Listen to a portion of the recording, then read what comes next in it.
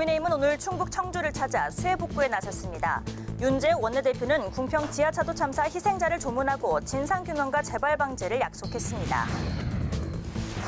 더불어민주당은 윤석열 정부를 향해 수해와 폭염으로 인한 어려움을 국민의 각자 도생에 맡기는 위기 관련 정부라고 비판했습니다. 수해 폭우 피해 지원과 물가 안정을 위한 긴급 추경도 또다시 촉구했습니다. 수해 피해로 수년됐던 국회 상임위 일정이 이번 주부터 재개됩니다. 양평 고속도로 사업과 4대강 감사 결과 등을 둘러싼 여야의 충돌이 예상됩니다. 파워 인터뷰, 오늘은 12년 만에 최다 사상자를 낸 수해의 원인과 대책에 대한 여야의 입장차와 국토의 현안 질의를 앞두고 다시 재점화된 양평 고속도로 공방의 쟁점과 해법에 대해 김민철 더불어민주당 의원에게 들어봅니다.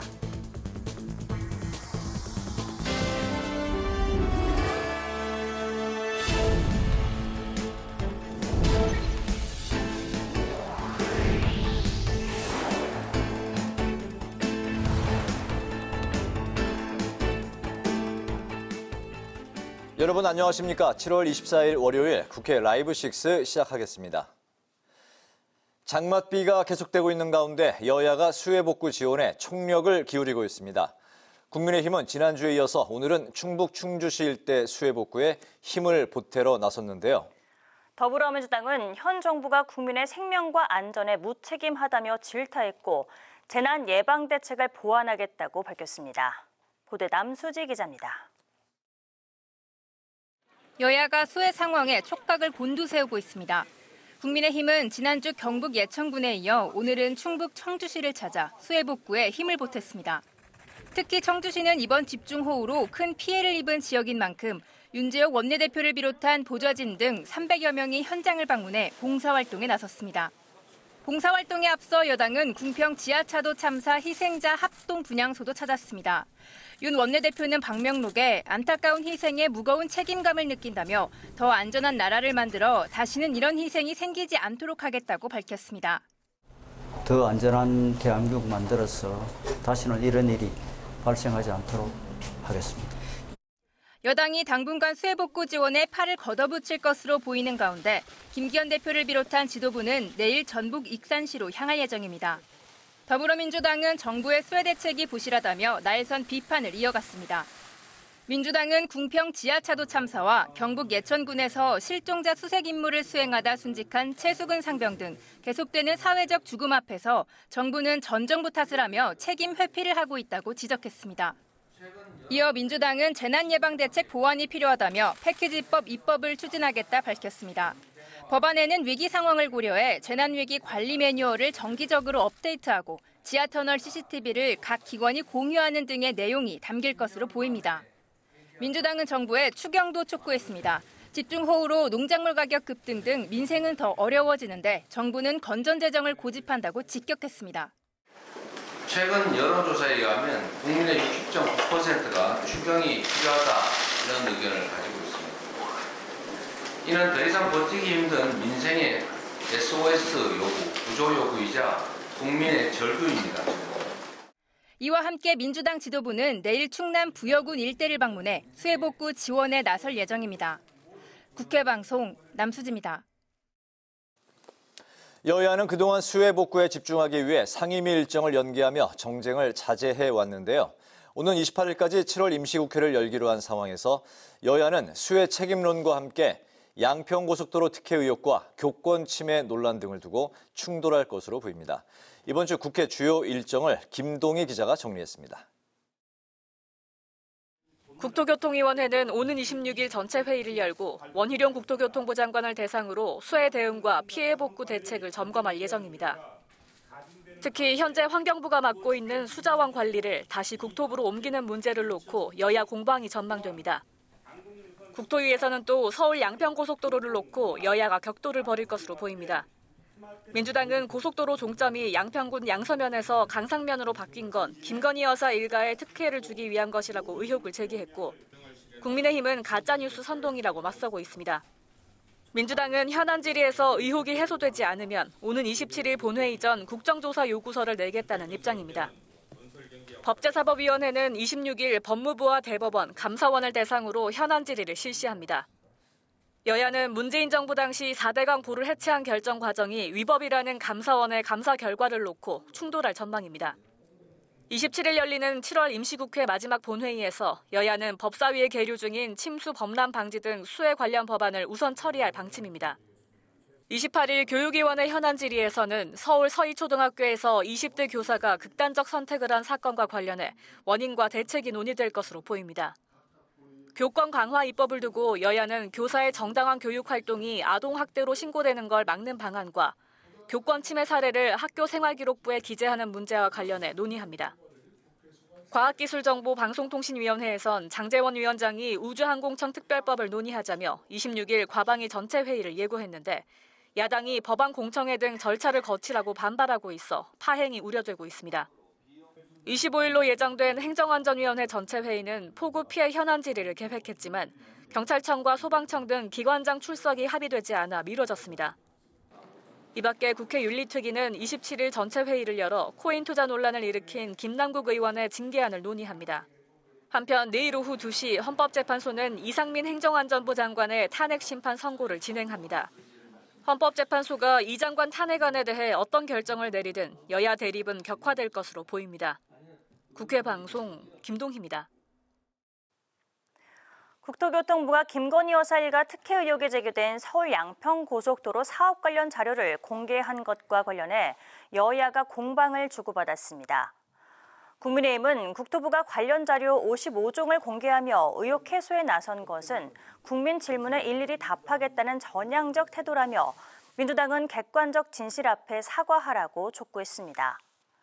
반면 민주당은 국토부는 지금까지 국회가 자료를 요구했음에도 허술하게 제출하거나 자료가 없다는 등의 해명을 해왔다며 원희룡 장관과 국토부의 이런 행태는 국정조사가 불가피하다는 것을 다시 한번 입증한 것이라고 반박했습니다. 더불어민주당이 김상희, 김홍걸, 전용기 의원에 대해 자체 진상조사를 하고 국민의힘 소속의 권영세 통일부 장관에 대해 이해충돌 부분이 있다며 국회 윤리특위에 제소해야 한다고 촉구했습니다. 권칠승 수석 대변인은 당내 조사단을 구성해 진상조사를 하고 조사 결과에 따라 조처할 것이 있다면 하겠다고 밝히고 권 장관을 윤리위에 제소할 것을 국민의힘에 요청한다고 말했습니다. 이에 대해 국민의힘은 자진 신고로 드러난 의원들의 가상자산 보유가 김남국 사태의 물타기가 돼선 안 된다고 반박했습니다. 권 장관도 장관 일과 시간에 가상자산을 거래한 적이 없으며 범죄적 요소도 없다고 주장했습니다. 더불어민주당 박광훈 원내대표는 오늘 서희초 교사 추모 분향소를 찾아 조문하고 학생 인권과 교육권이 공존할 수 있는 방안을 찾아내겠다고 약속했습니다. 박 원내대표는 학생과 선생님 간의 인권 충돌과 학생 인권 조례 등이 문제라는 정부 여당의 접근은 근본적인 해결 방법이 아니라며 두 인격체가 교실에서 함께 행복할 수 있도록 하겠다고 강조했습니다. 한편 한기호 국민의힘 의원과 서영교 더불어민주당 의원은 오늘 서희초 교사 사망 사건과 관련해 자신에 대한 허위 사실을 유포했다며 관련자들을 고소했습니다.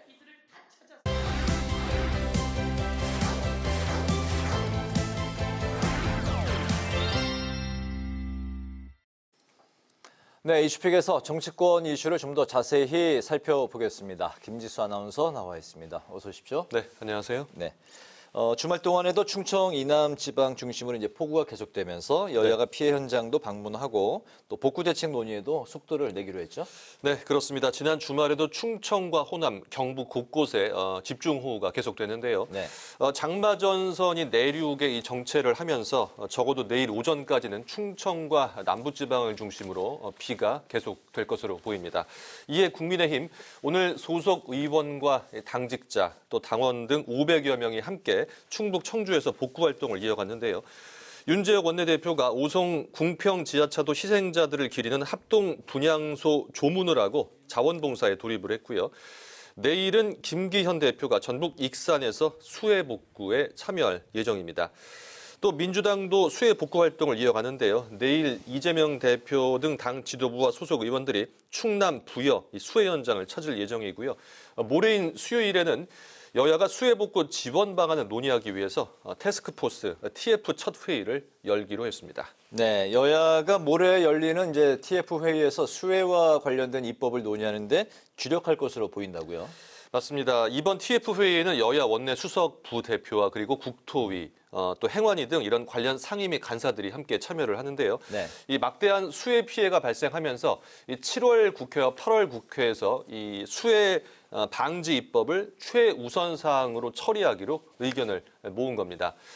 현재 국회에 계류 중인 수해 관련 법안들을 보면 이 건축물의 침수 방지 시설을 의무화한 건축법 개정안과 이 국가가 직접 지방 하천을 관리하는 하천법 개정안, 그리고 침수가 우려되는 시설의 지하층은 임시 주거시설에서 제외하는 재해구호법 개정안 등 20여 건에 달하고요. 또 이번 오송 지하차도 참사 이후에 국민의힘에서는 국토부 장관이나 지자체장이 사전에 침수 예방 대책을 의무적으로 수립하도록 하는 내용의 지하안전관리특별법 개정안도 발의를 했습니다. 네, 이미 이제 국회에 계류 중인 이제 수해 관련 법안들이 이제 뭐 상당히 있었네요. 네. 그 민주당에서는 그 재난 예방 패키지법을 발의할 예정이라고요. 네, 그렇습니다. 민주당이 이제 기존의 수해 방지 관련 이 법안들, 제도적 그런 허점들을 보완하기 위해서 네. 말씀하신 대로 재난 예방 패키지법을 발의할 예정인데요. 기후 위기 상황을 고려해서 네. 이 재난 위기 관리 매뉴얼을 정기적으로 업데이트를 하고요. 또 홍수로 도로 침수가 예상되는 경우에는 홍수 통제 관리소가 관계 기관에 동시에 통보하도록 하는 방안들이 포함될 것으로 보입니다. 지난해 폭우로 큰 피해가 발생했음에도 국회가 지금까지 수해 대책을 마련하지 못했다는 비판이 정치권 안팎에서 나온 만큼 여야 모두 관련 입법에 속도를 내고 있는 상황이고요. 또 앞서 전해드린 대로 현재 국회에 계류 중인 수해 대책 법안도 신속하게 처리를 해서 27일에 국회 본회의가 예정돼 있거든요. 그 네. 예정된 본회의에서 일부 법안들을 통과시킬 것으로 보입니다. 네, 27일이요. 네. 이렇게 여야가 수해 방지를 위한 입법에 이제 속도를 내고 있는 상황에서 또 교권을 보호하는 법안을 마련하는데도 한 목소리를 내고 있죠. 네, 그렇습니다. 이 교권이 추락했다는 얘기가 뭐 어제 오늘 얘기는 아닌데요. 네. 상당히 오랫동안 지속이 되어 왔는데 이 최근에 이 학부모의 민원에 시달리던 서희 초등학교 교사가 사망한 사건을 계기로 다시 한번 또 이 교권 추락이 뜨거운 쟁점이 됐습니다. 이에 여야가 교권을 보호하고 이 무너진 공교육을 정상화하기 위해서 이 한 목소리를 내고 있는데요. 오늘 국회 교육위원회 민주당 의원들과 무소속 의원들이 긴급 기자회견문을 발표했습니다. 늦었지만 이번 사태의 원인을 철저히 밝히고 다시는 이런 일이 발생하지 않도록 대책을 강구하겠다. 그리고 교권 보호 법안의 조속한 처리에 나설 것이라고 밝혔습니다. 국민의힘과 정부도 모레 국회에서 당정 협의회를 열고 이 교권 침해를 방지하는 제도적 방안을 논의할 것으로 보이고요. 현재 교육위에 민주당에서 이 초중등 교육법 개정안을, 그리고 국민의힘에서는 교원 지위 향상법 개정안이 발의된 상태인데요.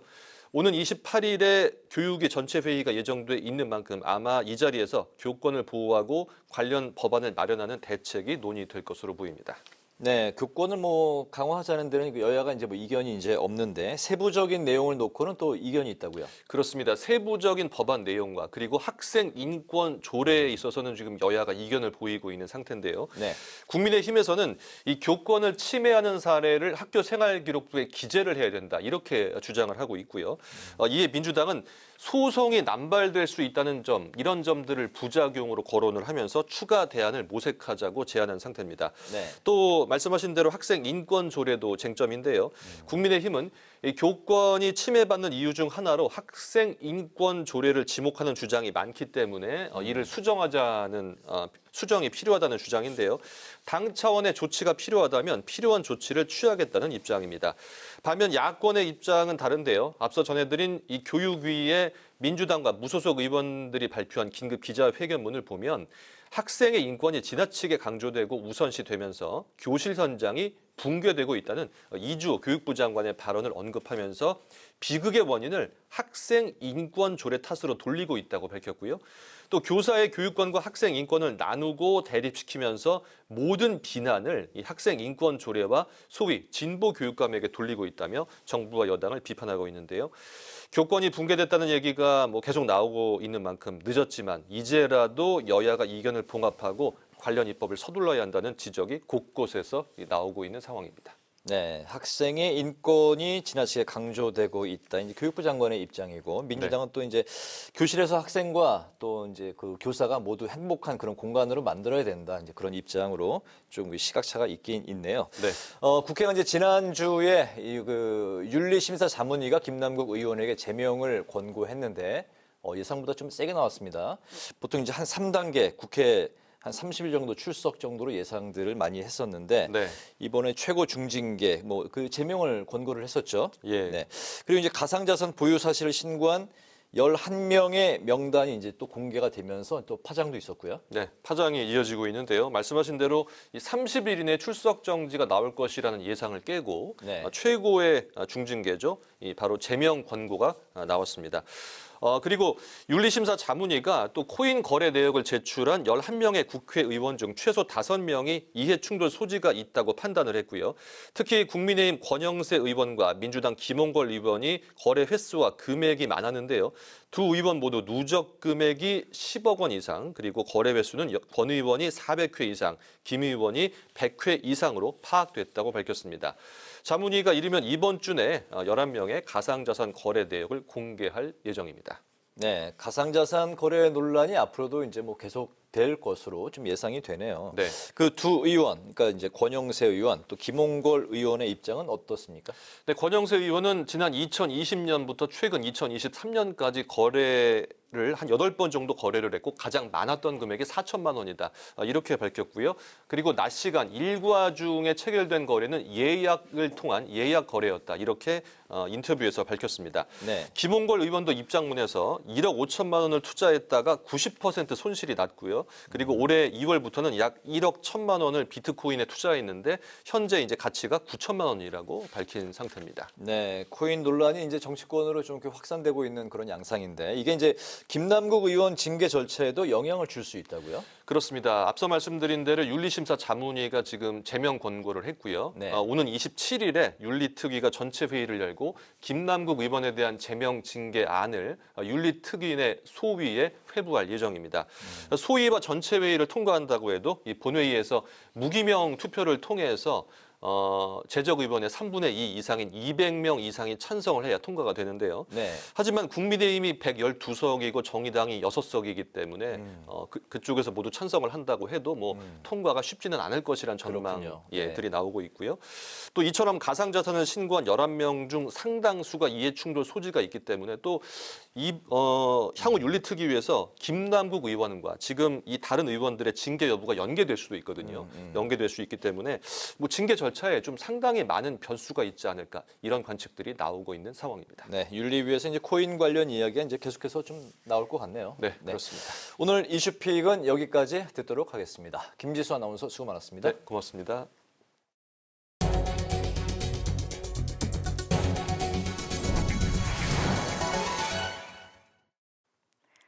투르크메니스탄을 공식 방문한 김진표 국회의장이 베르디 무하메도프 대통령을 단독으로 예방해 두 나라를 오가는 직항 여객 항공편을 조속히 개설하기로 의견을 모았습니다.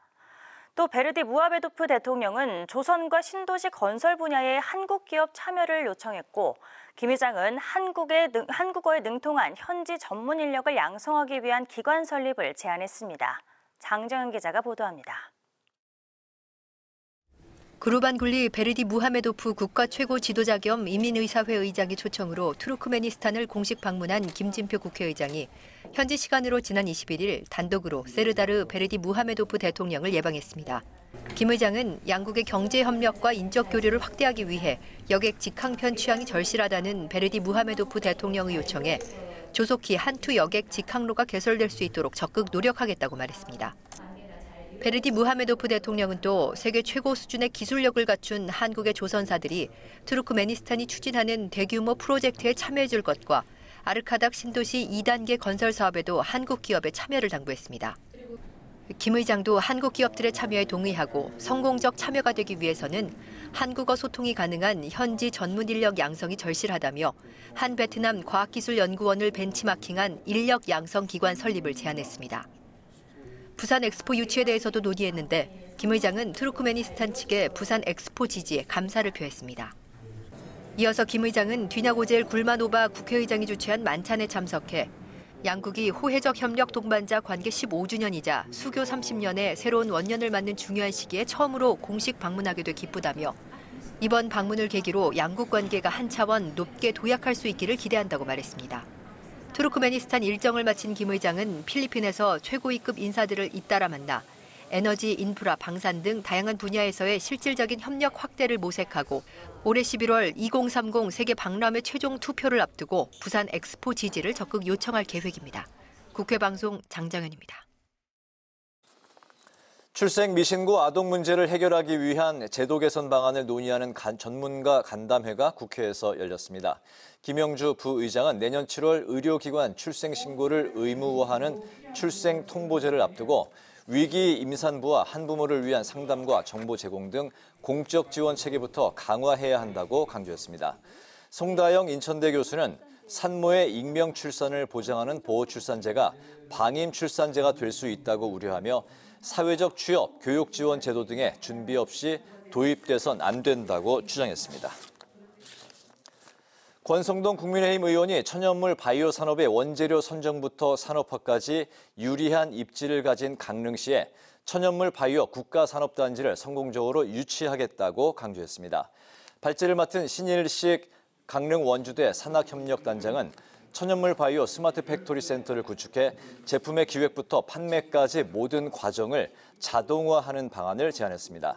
한편 강원특별자치도와 한국과학기술연구원 등 관련 기관들은 강원도의 그린 산업을 함께 육성해 나가기로 뜻을 모으고 업무 협약을 체결했습니다.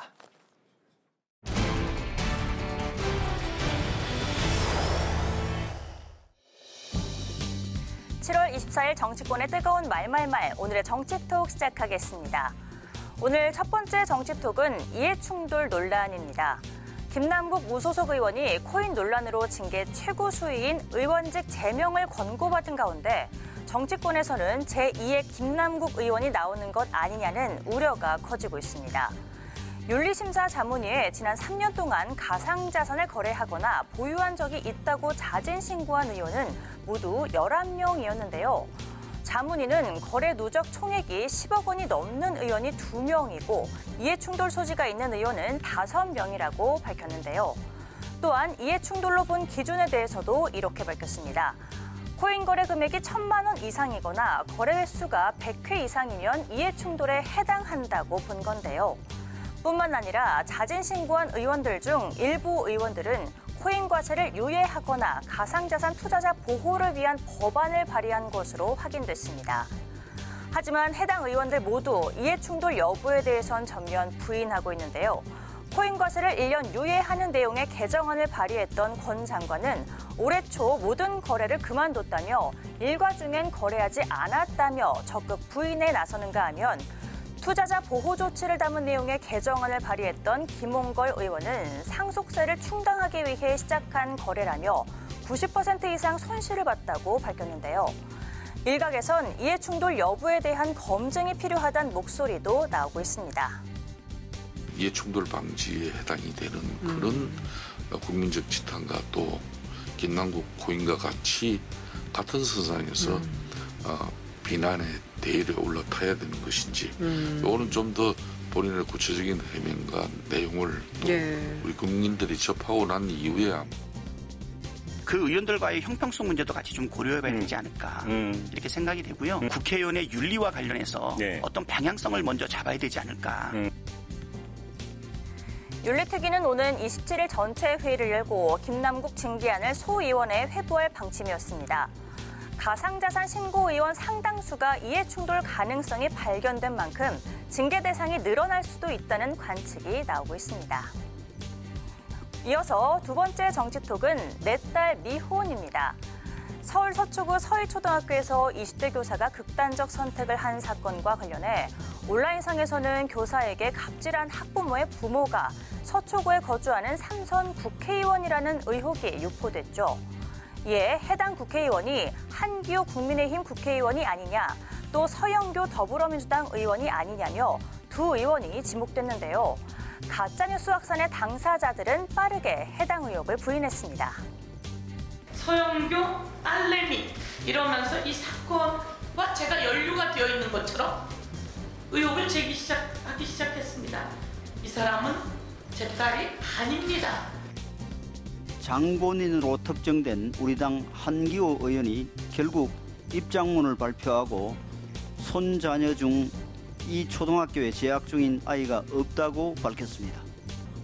서영교 의원은 서희초 사건과 자신의 가족이 연루됐다는 의혹에 대해 전면 부인하면서 가짜뉴스를 그냥 놔뒀더니 2차 허위 사실이 만들어져 확산된다며 법적 조치에 나섰습니다. 앞서 해당 의원으로 지목됐던 한기호 의원도 오늘 최초 유포자에 대한 고소장을 제출했는데요. 가짜를 만들어내는 사회를 보면서 진위를 가려내야 한다는 생각에 고소하게 됐다고 밝혔습니다. 그러면서 고소 취하 계획이나 선처는 없을 거라며 단호한 모습을 보였습니다. 논란이 커지자 해당 학교 교장은 경찰이 수사 중인 사건이라며 말을 아끼면서도 SNS에서 거론되고 있는 정치인의 가족은 해당 학급에 없다고 밝힌 상황인데요. 무분별하게 확산되고 있는 서희초 관련 가짜 뉴스가 유족을 2번 울리는 건 아닌지 생각해봐야겠습니다. 지금까지 오늘의 정치톡이었습니다.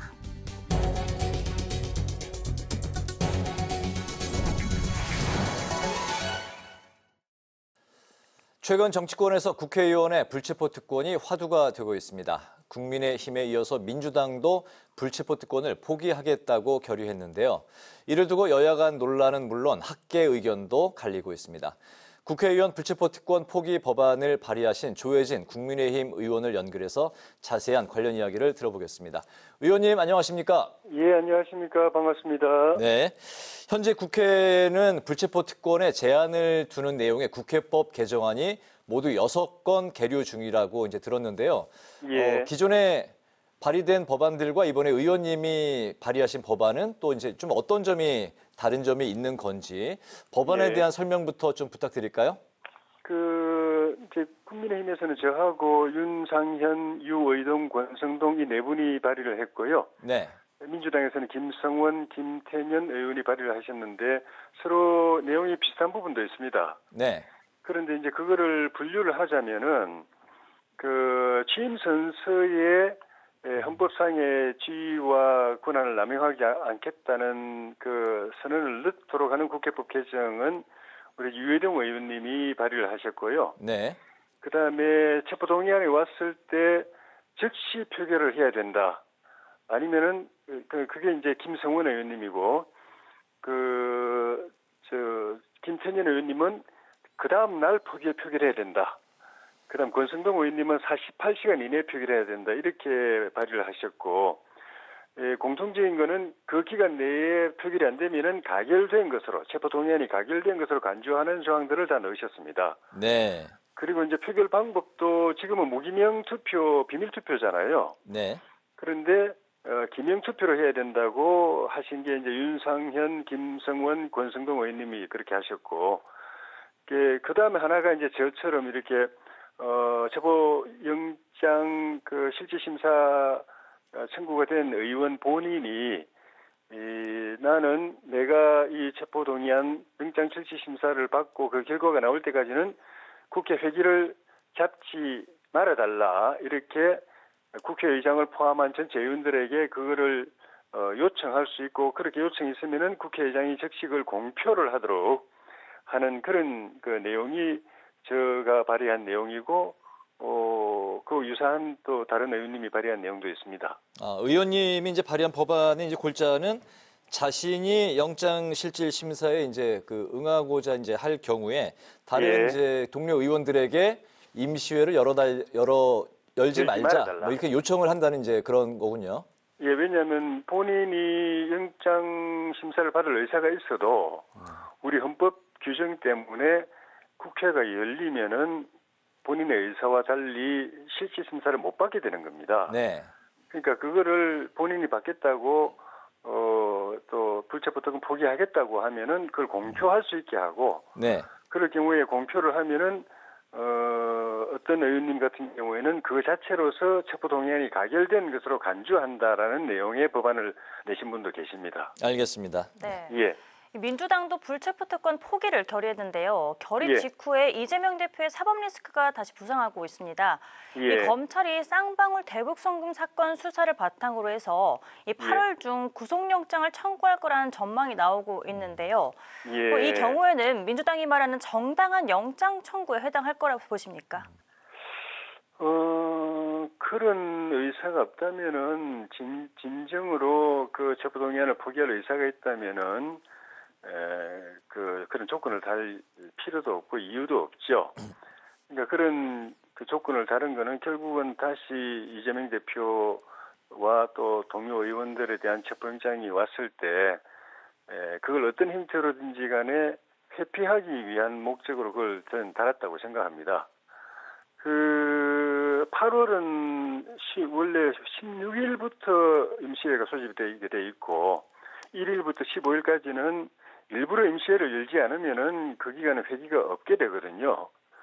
그러니까 만약에 검찰이 그 8월 1일에서 15일 사이에 체포영장을 청구를 하게 될 경우에 민주당이 정말 불체포 특권을 포기할 의사가 있다면 그 기간에 임시회를 안 열면 됩니다. 안 열면은 이재명 대표는 법원에 불려가서 영장 심사를 받게 됐는데 그건 지켜봐야 될 것 같아요. 그 기간에 또 열지도 모르겠고 아니면은 만약에 검찰이 8월 16일부터 그 8월 말까지 국회가 열려 있는 동안에 체포영장을 신청을 하면은 국회에서 의결을 하면 됩니다. 그걸 가결시키면 됩니다. 근데 그때 민주당이 가결할 것인가? 그것도 역시 지켜봐야 될 사안이라고 봅니다. 알겠습니다. 저는 그렇게 낙관적으로 기대하지 않습니다. 네네. 예. 네. 김진표 국회의장은 불체포 특권 포기가 아닌 아예 폐지를 포함한 최소 예. 개헌을 이제 주장하고 있는데요. 예. 불체포 특권은 과거 군사 독재 시절에 국회의원의 의정 활동을 이제 보장하기 위한 것인데 이제는 시대가 달라졌다. 뭐 이런 그 이야기입니다. 그런데 이제 학계에서도 의견이 좀 갈리고 있는 상황인데 이런 그 헌법 44조의 불체포 특권을 폐지하는 개헌 의원님은 어떻게 생각하시는지요? 저는 개정에 찬성입니다. 지금 앵커님 말씀처럼 이런 제도가 도입된 거는 멀리 거슬러 올라가면은 왕조 시대에 왕의 마음에 들지 않는 의원을 잡아가둬 가지고 의회에 못 나가게 하고 표결을 못 하게 만들기 위한 목적으로 탄압을 하니까 그걸 피하기 위해서 이 제도가 도입됐었고 그다음에 현대 국가에 들어와서도 군사 권위주의 국가들 같은 경우에는 똑같은 행태가 반복되니까 그로부터 의회 민주주의를 지켜내기 위해서 이 제도를 계속 유지를 했거든요. 그런데 이 불체포 특권을 두는 기본 취지랄까 근거는 뭐냐면은 법원도 못 믿을 때 법원도 못 믿는 시대에는 그게 필요한 겁니다. 검찰을 못 믿는 거에 있을 수 있지만은 최종적으로 이 영장 심사에서 발부하고 말고는 법원이 결정하는데 법원이 제대로 결정할 거다. 법원의 결정을 믿으면 된다라고 하면은 불체포 특권이 필요 없거든요. 법원까지 나서가지고 옛날에는 사실 군사 권위주의 정권에는 법원도 사법부도 독립이 안 돼가지고 권력의 하수인이 돼가지고 야당 의원들 탄압하면서 잡아가고 하니까 그걸 피하기 위한 목적으로 이 불체포 특권을 뒀는데 지금은 적어도 우리나라 정도는 이제 사법부가 어느 정도 독립이 확보돼 있고 개별 판사별로는 보면은 약간 당파성에 치우쳐가지고 영장 실질 심사 재판도 이상하게 하는 판사가 없진 않지만은 큰 틀에서는 법원이 독립돼 있기 때문에 검찰은 행정부라서 권력으로부터 자유롭지 못하다고 할지 몰라도 법원은 믿어야 되는 시대가 됐기 때문에 그 법원의 판단을 믿는다면은 불체포 특권을 굳이 둘 필요 없이 법원이 알아서 의원을 부당한 체포 구속으로부터 지켜줄 걸 기대하고 불체포 특권은 폐기하는 게 맞다는 게 제 생각입니다. 네, 알겠습니다. 오늘 말씀 잘 들었습니다. 감사합니다. 예, 고맙습니다. 네, 지금까지 조혜진 국민의힘 의원이었습니다.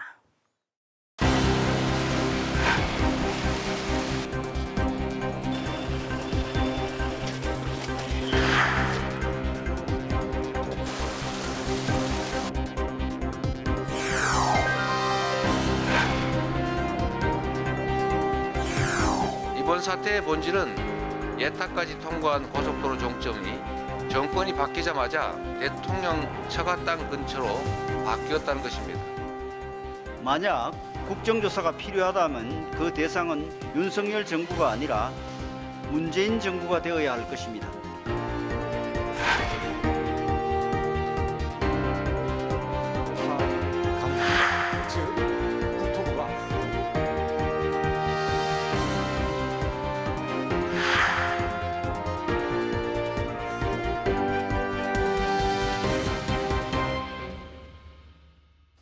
여야는 이번 주 수해 입법 논의에 박차를 가할 계획입니다. 그렇지만 피해 지원과 후속 조치에 있어서는 서로 다른 목소리를 내고 있는데요.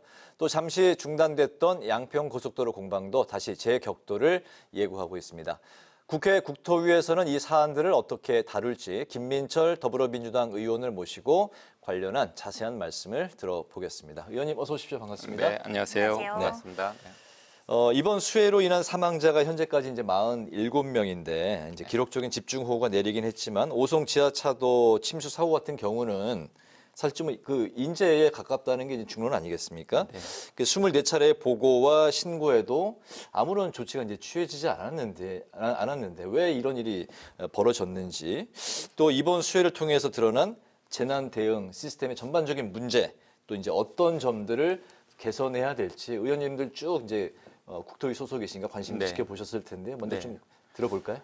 먼저 이제 그 삶의 터전을 잃고 또 그 상실감에 이렇게 잠겨 있는 국민 여러분들, 피해자 유가족께 먼저 위로의 말씀을 드리고요. 네. 그 이번 오송 그 지하차도 침수 사고 같은 경우는 인재를 넘어 저는 그 관제라고 이렇게 생각을 하고 있습니다. 그 최초 금강 그 홍수 통제소에서 네. 그 4시 10분 정도 이제 경보를 했거든요. 그리고 4시간 한 반 동안 그 이제 궁평 이 지하차도를 통제하지 않은 이제 이런 이유가 뭔가. 그런데 그 과정을 살펴보면 뭐 계속 제방 유실될 때부터 뭐 여러 차례 그 경고를 했음에도 충청북도, 청주시 그리고 뭐 경찰, 소방, 유관기관에 다 연락을 했지만 그 조치가 취해지지 않아서 이제 그런 참사가 일어난 것이거든요. 이런 네네. 부분들은 그 전형적으로 후진국 해서는 일어날 수 있는 재난 대응 체계다. 이제 이렇게 생각을 하고 또 이에 따라서 각 단위별로 뭐 경찰이면 경찰, 충청북도면 충청북도, 청주시면 청주시 각 단위별로도 컨트롤 타워가 제 역할을 못했다. 그래서 이런 그 부재 현상이 있었다. 이제 그런 말씀을 드리고요. 그리고 또 덧붙여서 이제 그 재해를 예방하기 위해서는 이제 이걸 막기 위해서는 예방이 최고의 그 방법이거든요. 네. 그런데 이런 이제 우리가 기상청에서 보면 올해 같은 경우는 그 슈퍼 엘니뇨, 그 집중호우 이게 방송 예고를 많이 했습니다. 네. 그렇다면 이제 정부나 지자체나 그런 예방 대책을 사전에 그 논의라도 했던 것인지 그리고 만약에 그런 경우가 있었다면 행복청에서 재방 공사 같은 건 하지 않았겠죠. 그 공사가 6월 말에 그 홍수기 장마기에 공사를 하고 있다는 건 안전 불감증의 현상이다. 이런 말씀을 드리고요. 그래서 이제 그런 대책을 보면 우리가 홍수 위험에 대한 그 홍수 그 통제 시스템이 있습니다. 환경부에. 그리고 이제 그 디지털 트윈이라는 기술이 있는데 그 디지털 트윈이라는 기술은 가상 공간에 똑같은 물체를 놔두고 거기에서 이제 시뮬레이션을 돌려서 이제 거기에 대한 그 대응책을 세우는 거거든요. 그래서 앞으로 이제 우리가 그 좀 예방책에 세울 때는 이런 기술을 해서 재난 그 대응에 대한 시스템을 이렇게 갖추어서 미리서 시뮬레이션하고 예를 들어서 비가 어느 지역에 뭐 100mm 이상이 내린다라고 했을 때 그런 시스템을 해서 시뮬레이션 해보면 대개 그 일대에 나오면 거기에 대한 예방 대책을 세우면 훨씬 그런 부분들이 효율성이 있다라고 저는 생각을 하고요. 이에 덧붙여서 지금 보면 그 관에다가 이렇게 이제 기후 위기에 이렇게 그 국지성 폭우가 쏟아지거나 하면 관의 대응은 한계가 있을 수밖에 없거든요. 그래서 그런 곳에는 이제 그 강 주변이나 이런 지역 홍수 범람에 있는 주변 같은 경우는 그 지역에는 차라리 그 민간에서도 그 활동할 수 있는 체계를 좀 갖추어서 민간 연계 체계를 갖추어서 즉각적으로 좀 대응할 수 있는 그런 체계를 좀 저는 갖춰야 된다고 생각을 합니다. 네, 이번에 그 수해 피해가 이제 많았던 지역들에 대해서는 정부가 이제 특별 재난 지역으로 이제 선포한 상황인 거죠. 네, 예방책도 굉장히 중요할 것 같은데요. 여야가 이제 수해 대책 태스크포스를 가동을 하고 이번 주에 관련 법안들을 처리할 방침입니다. 하지만 이 수해 대책과 재발 방지 후속 조치에 대해서는 여야 이견이 조금 갈리는 상황인데요. 민주당 같은 경우는 추경 편성을 해야 한다고 주장을 하고 있고, 국민의힘은 포스트 4대강 사업과 이 물 관리 권한을 이제 재이관을 해야 된다 이렇게 얘기를 하고 있는데, 이에 대해서는 어떤 의견을 가지고 계십니까? 여야가 이제 그나마 이제 TF팀이 꾸려져서 내일쯤 아마 첫 회의를 할 것 같습니다. 그런데 네. 그 부분에서 여야의 의견은 없을 겁니다. 재난 복구, 재난 재발 방지에 대한 부분에서는 다 한마음 한뜻일 거고, 그러나 이제 저희 당에서 그 추경을 요청을 하는 것은 그 민생 추경을 요청하는 것입니다. 그리고 이번 수해로 인해서 뭐 채소값이 이렇게 폭등을 한다든지, 그리고 또 이제 그 코로나로 인해서 그동안 그 소상공인한테 그 좀 원금 상환을 유예시켜 준 게 있거든요. 예를 들어서 이제 이런 부분들이 이제 하반기에 가면 이제 그분들이 많이 힘들어할 거거든요. 그래서 여러 가지 그런 민생 추경을 좀 편성을 하자라는 게 우리 당의 입장이고요. 그리고 이제 그 물 일원화를 환경부에서 그 뭐 국토부로 그 이전하겠다 이제 이런 부분에서는 아마 윤석열 그 대통령께서 아마 국무회의 때 그렇게 관리를 못 할 것 같으면 국토부로 옮긴다는 이제 그 이야기를 이제 했기 때문에 이제 이 이야기가 나온 것 같은데. 네. 사실은 이제 그 내용을 보면 또 거기에 뭐 국민의힘 당대표든 원내대표든 그냥 무조건 따르는 게 내용을 좀 살펴봐야 됩니다. 그래서 이제 사실 그 하천 관리는 국가가 하고 있지만 거의 그 하천관리법이 62년도에 제정이 됐는데 그때부터 대부분 지자체에 관리를 하게 돼 있거든요. 그래서 환경부에 있다 국토부로 지금 당장 옮긴다 해서 해결될 문제가 아니거든요. 이런 부분들은 그 초점을 흐리거나 그렇지 않으면 전 정권 탓으로 돌리려고 한다는 것으로밖에 비춰질 수밖에 없습니다. 그래서 대부분 이제 그 OECD 국가 중에서도 2008년부터 보면 그 정말 그 이제 계속 물 관리 일원화하라는 공고를 계속 하고 있거든요. 그래서 우리도 2018년부터 이제 수질이나 이런 그 보전 관련된 거는 이관했고, 그리고 하천 관리에 대해서는 지난해 1월 1일부터 이제 환경부가 하고 있는 것이거든요.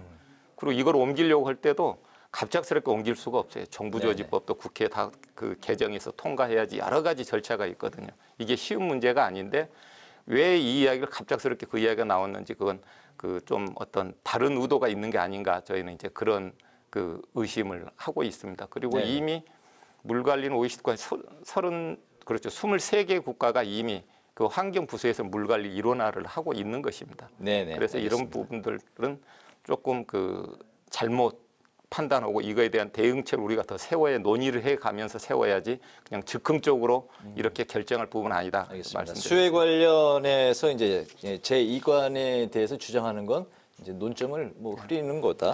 본질이 아니다라는 말씀이고 이번에 그 양평고속도로 이야기로 이제 이슈를 좀 넘겨보겠습니다. 국토부는 건설 계획 단계부터 노선 검토 과정, 또 환경 영향 평가 등 지난 그 7년 동안의 관련 자료 55건을 이제 모두 공개하고 국민 검증을 받겠다 이런 이제 입장이거든요. 이 자료들을 혹시 이제 확인해 보셨는지 보셨다면 이 자료들에 대한 그 평가는 어떻습니까? 의혹을 해소하는데 그 많이 좀 그 노력을 한 흔적이 보입니까? 아니면 그래도 역시 많이 불충분하다 이렇게 생각이 드실까요? 그걸로 해소가 되지 않죠. 국민들도 그거 다 같이 봤을 것 같은데 그 해소가 되지 않았을 거라고 봅니다. 왜 그러냐면 지금 문제의 핵심은 그 이제 양서면으로 가는 에타가 아무 누구도 이의 제기를 하지 않았던 부분이 갑자기 왜 강서면으로 갑자기 그 바뀌었느냐 이 부분을 지금 국민들은 그 문제를 삼고 있는 거거든요. 의혹을 삼고 있는 거고.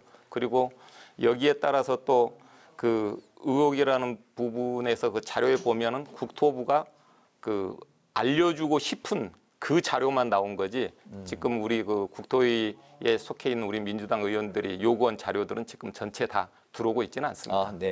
알겠습니다. 이 양평고속도로와 관련해서 이재명 대표가 국정조사를 요구하고 나선 상황인데요. 이 윤재욱 원내대표는 오히려 국정조사 대상은 문재인 정부다 이렇게 주장을 했습니다. 이 노선 변경 검토가 시작된 게 문재인 정부이었고 또 원안이죠. 변경 전에는 양서면 일대 이곳에서 이 전 양평군수 일가 그리고 지난 정부 인사들의 땅이 있다. 이렇게 역공을 펼치고 있는데요. 이에 대해서는 어떻게 생각하고 계십니까? 아니 그 문재인 정부가 됐든 윤석열 정부가 됐든 이에 대한 의혹에 대해서는 그 국민들한테 해소를 해야 된다고 봅니다. 그렇다면 국민의힘에서 문재인 정부가 국정조사 대상이다 하지 말고 서울 양평 고속도로에 관련돼서 문재인 정부가 됐든 윤석열 정부가 됐든 국정조사를 하겠다라고 그냥 발표하면 간단히 정리될 일입니다. 그런데 거기에 김부겸 전 총리니 이런 부분들을 이야기하는 이것도 초점을 흐리게 하기 위한 그러한 그 전략이 아닌가 저는 이렇게 생각을 하고요. 왜 그러냐면 그 김부겸 전 총리 같은 경우는 21년 4월에 이사를 간 거거든요. 근데 그쪽에 IC는 그 전부터 요구했던 사안이에요. 예타가 끝난 뒤란 말이에요. 그런데 그 부분을 이렇게 물타기는 국민들이 다 잘 알고 계시리라고 저는 생각을 합니다. 알겠습니다. 26일에 이제 그 국토위 현안 질의가 있을 예정인데 여기 이제 원희룡 장관이 출석하게 되는 거죠? 네, 그렇습니다. 야당과 이제 격돌이 예상이 되고 있습니다. 원 장관이 이제 사업 백지화를 이제 선언을 했었고 그 이후에 자료를 이제 공개를 하면서 사업 정상화를 위해 최선을 다하겠다. 이렇게 입장을 이제 선회하는 듯한 그런 발언을 했습니다. 원희룡 장관을 상대로 이날 그 26일에 현안 질의에서 어떤 점들을 중점적으로 좀 살펴보실 건가요? 그 중점 살피기 전에 원희룡 장관은 만약에 지금 현재 정상화를 위해서 최선을 다하겠다고 했다면 먼저 국민들 앞에 그 백지화 선언에 대한 사과부터 먼저 해야 됩니다. 왜 그러냐면 그 백지화 선언을 위해서 얼마나 지금 국정이 혼란스럽게 가고 있고 또 양평 국민은 얼마나 혼란스럽겠습니까? 그런데 이제 와서 그 정상화를 위해서 최선을 다하겠다. 이런 부분 또 국민을 호도하는 말이거든요. 네. 그래서 이런 부분에 대해서는 그 원희룡 장관께서 그날 나오셔서 먼저 사과부터 시작을 하고 그리고 국민들이 의혹 제기하는 그런 부분들을 하나하나 그 정확히 설명을 해야 됩니다. 그리고 그 전에 그 요청한 자료라든지 이런 부분들을 충분히 그 제출해 줘야 되고요. 네. 그리고 그 늘어나는 구간에 140억밖에 늘지 않았다라고 지금 이야기를 하고 있는 거 아닙니까? 근데 오늘 우리가 기자회견도 했지만 그 안에 그 한 2,800억, 약 2,900억 정도 되는 돈이 중간보고에 지난해 11월에 들어가 있었던 겁니다. 그러면 그만큼 늘어나게 되면 만약 이 부분은 그 재예타를 해야 되는 사안이거든요. 15%가 국가재정법에 15%가 넘어가면 재예타를 해야 되거든요. 네. 그런데 이제 재예타를 만약에 했을 때 그 부분이 그 예타를 통과하지 못한다면 어떻게 되겠습니까? 그래서 이런 부분들은 그 상임위에 나와서 성실하게 원희룡 장관이 성실하게 답변할 의무가 있다 이렇게 말씀드립니다. 그렇군요. 네, 이 양평고속도로 말씀하신 것처럼 원희룡 장관의 백지화 선언이 논란을 키운 건 사실입니다. 하지만 이 특혜로 단정할 만한 근거가 아직 나오지 않았고 또 노선 변경 과정에서 부당한 개입이나 외압이 있었다 이렇게 드러난 것도 없는 상태이기 때문에 이 국정농단과 대통령 탄핵 사유를 주장하는 민주당이 너무하다 이렇게 주장하는 사람들도 있거든요. 이 의견에 대해서는 어떻게 생각하고 계십니까? 이런 것 같아요. 어떤 근거는 이렇게 나왔으면 이미 사법 처리하고 들어갔어야죠. 그래서 이제 그러나 그런 의혹들이 제기가 되고 그걸 차분하게 국토부나 원희룡 장관이 설명을 하지 않음으로써 이런 의혹들이 더 커지게 된 거거든요. 그리고 사실 그 제기를 한 것도 애시당초 우리가 왜 갑자기 바뀌었냐라고 그냥 물어본 겁니다. 의혹 제기를 한 겁니다. 그랬더니 가짜 뉴스라고 하는 게 의혹 제기하는 게 가짜 뉴스는 아니거든요. 네. 그래서 거기에 왜 바뀌었냐라고 설명을 하고 그 이후에 했더니 백지화 선언을 하게 됩니다. 그리고 그 이후에 봤더니 그 백지화 선언 이후에 봤더니 그 김건희 여사 일가의 땅이 그 종점 부근에 IC 그 바뀐 부분에 강성민 쪽에 상당히 많이 몰려 있는 거거든요. 네. 그래서 이런 부분들은 당연히 그 의혹 제기를 그 할 수밖에 없는 것이고 또 국민들 그 최근 그 언론 그 여론조사에도 보면 국민들도 60%가 넘는 국민들이 의혹이 있다.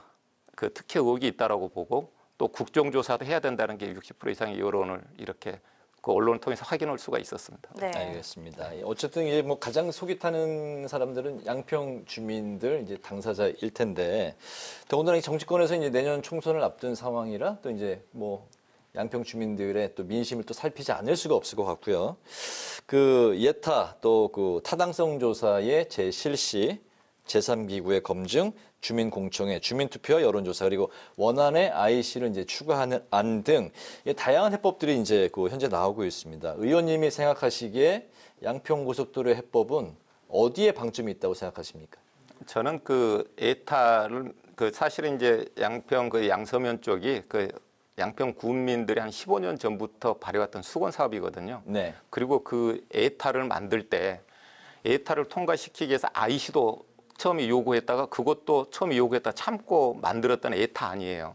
그러면 이 부분들이 그 절차상으로 맞추어서 에타가 통과가 됐다면 그 방법으로 가야 되고 거기에 진출로 IC 정도는 해주고 그 원안대로 가야 된다. 저는 네. 이제 이런 생각을 가지고 있습니다. 네, 의원님 지역구가 이제 의정부잖아요. 이제 양평만큼 교통망과 이 도시 발전 계획이 필요한 곳입니다. 이 4차 국가철도망 구축 사업에 이어서 이제 8호선이 추가 검토 사업으로 지정됐는데요. 또 지난 4월이죠. 경기 북부 특별자치도 설치 법안도 발의를 하셨습니다. 네, 경기 북도 설치가 필요한 이유에 대해서 이제 말씀을 해주실까요? 네. 오늘 마지막 질문입니다. 오늘 못하신 말씀, 하고 싶은 말씀 포함해서 곁들여서 말씀해 주시면 될 것 같습니다. 네.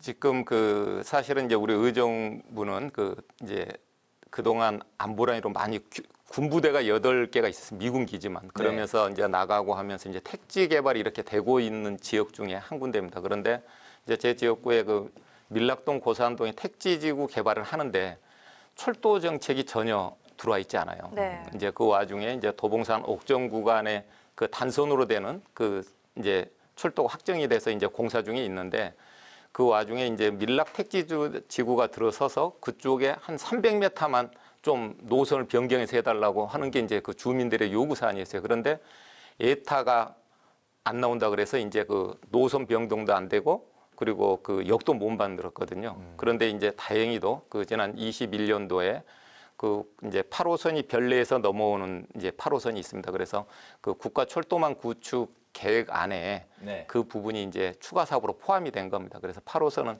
첫 단계로 이제 첫 발을 내디딘 겁니다. 그래서 이제 추진하고 있는 것이고요. 그리고 이제 경기 북부 특별자치도는 정말 35년 전부터 대통령 선거부터 계속 나왔던 겁니다. 그래서 제가 곰곰이 생각하니까 왜 35년부터 나오게 됐을까?